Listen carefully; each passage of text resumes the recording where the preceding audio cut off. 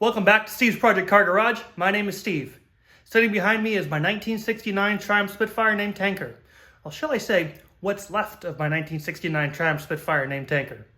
Over the last couple of days, Tanker and I have been through a real battle trying to go ahead and get the Heelboard removed. I have now finally successfully done it, and I'm going to post a video on the process. I filmed this a little bit differently than I have been filming my previous videos. I said to myself, I'm not going to post anything until I actually get this done because I've been talking about it for the last 2 months. So finally, I got some good time on Friday and then some time over the weekend and in my evenings to go ahead and get this done. It's actually Tuesday night, 4:20, cheers. And it's one of those things that I finally got done and I feel really good about it. It's scary what's left. I hope I can put it back together. But, here's what we got. Go ahead and enjoy the next bit and grab yourself a nice cup of coffee and enjoy.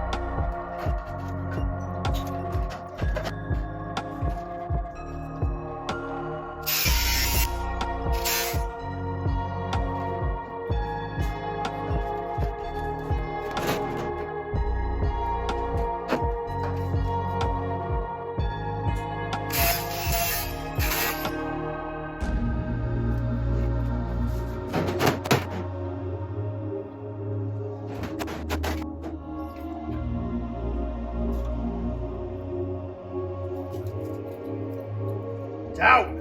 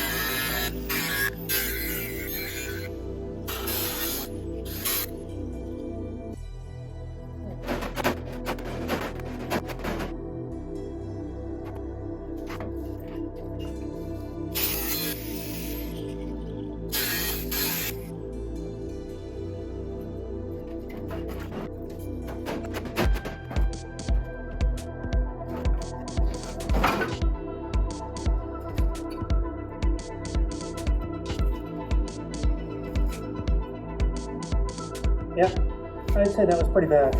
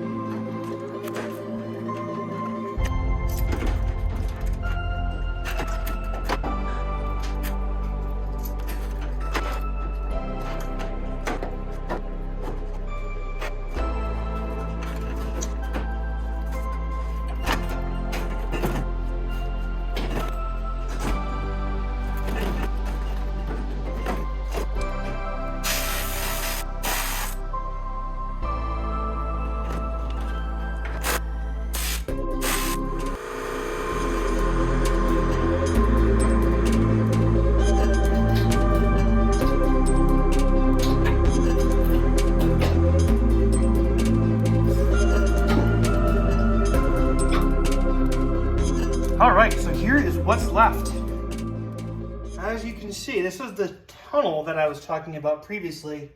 That's supposed to be a strengthener. The inside of it actually looks pretty decent. Yeah, it's got a lot of rust on it, but that's something that I can definitely get taken care of with a good rust treatment. Now, over here, as you can see, there's definitely some rot. This is going to require some custom fabrication. And I had the same problem over on the other side. I'm not overly concerned about it though, and I'm up for the challenge. So we'll see how that goes. Because a replacement one of these pieces is about $150 US. So I'm going to definitely try to save some money and see if I can fix it. These got a little bit mangled, trying to remove it, as did some metal up here. I'm not overly concerned with that though, because I can definitely go ahead and just fabricate some new metal to put in there, and we should be good to go. I'm still waiting on my parts from Rimmers for these lower B-posts. These should be here soon, so fingers crossed I'll have those and I can get tackling that. As far as the floors are concerned, you will notice a lack of all floors. Many of you guys have said that I'm absolutely crazy for going this route. My car literally is cut in two right now. But I couldn't see a better path to do this. With having to replace the heel board and with the amount of plate steel that the previous owner used to try to repair the heel board in the past, I didn't see a better way of doing it. So I have cut out the tunnel. The tunnel is now sitting over here. I'm going to definitely try and get that metal all cleaned up on the edges and be putting that back in, of course. And I'll definitely be giving the tunnel a whole good, cleaning. I did want to show you though the underside of the tunnel. This is what I'm working with. Here you can see the new old floor, and you can see where the DPO, the dreaded previous owner, cut out the original floor. And they really did a sloppy job of it. So my job is going to be to try and clean this up. And I may just go right along the original weld seams here from when it was built. I may cut that metal out and then try to place that in on the new floors. I don't know, let me know what you guys think in the comments. One of the problems that I ran into though was when trying to remove the heel board. The heel board's actually attached to the tunnel with spot welds that kind of go along here. And so you can see there's some areas where I kind of broke through it with the impact hammer. Again, I'm not overly concerned with this because this is a very simple piece of metal to try and just replace. So I may just zip this off, make a template of it, and then just put in a new piece of metal and call it a day. But the heel board sits essentially on top of this. And so this is welded to the heel board, and then the heel board is welded to the seat support in the back. So I have a good idea of how everything goes back together. Fingers crossed, it should go as planned. As far as cleaning up this is concerned, I might see if this will fit into my buddy's blasting cabinet. If not, I have some ideas as far as water blasting that I may end up going with. There's a sandblast kit that pretty much uses a sandblaster that's connected to your pressure washer. It's actually kind of a neat thing. We'll take a look though. I'm not worried about this now. This is definitely going to be much down the road, but I'm glad to get this out. So that's going to just about do it for tonight's episode. My next steps are going to be starting to clean up the metal. I'm really excited about doing that. That's actually really kind of cool. I'm going to start cleaning up the metal, maybe even getting some paint on there so I can finally see what I'm working with and have it actually look a little bit decent. I do believe that the demoralizing part of this process is behind me now. At this point, I can start rebuilding and seeing what things look like. Of course, I still do have the front to go through, and that's going to be a lot of fun. But this is actually really good feeling. So I appreciate you guys sticking with me on this project, and especially getting to this point. I have 220 some odd subscribers now, so thank you guys for subscribing. If you haven't done so already, and you do like what I'm doing, please go ahead and let me know by hitting that like button. Hit the subscribe button too, so that way you get notifications whenever a new video out. I'm trying to keep up and get a new video out every week, and so I really, again, do appreciate everybody's support. You guys have been awesome. So without further ado, I'm going to wrap it up and call it a night, go hot in the shower, because I am disgusting. And I'll talk to you guys next time. Cheers.